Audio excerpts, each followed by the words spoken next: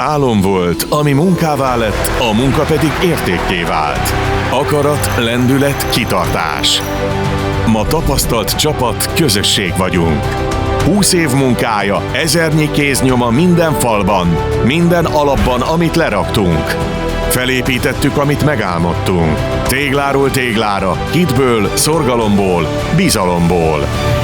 De számunkra az igazi érték nem csak a megépült ház, hanem az út, amit együtt jártunk be. A kollégák, akikre büszkék vagyunk. A partnerek, akik velünk tartottak. Az emberek, akiknek otthont, munkahelyet, jövőt teremtettünk.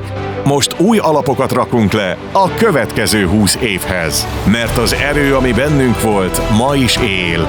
Csak most már tudjuk, hogyan formáljuk értékké. Amit felépítünk, az velünk marad.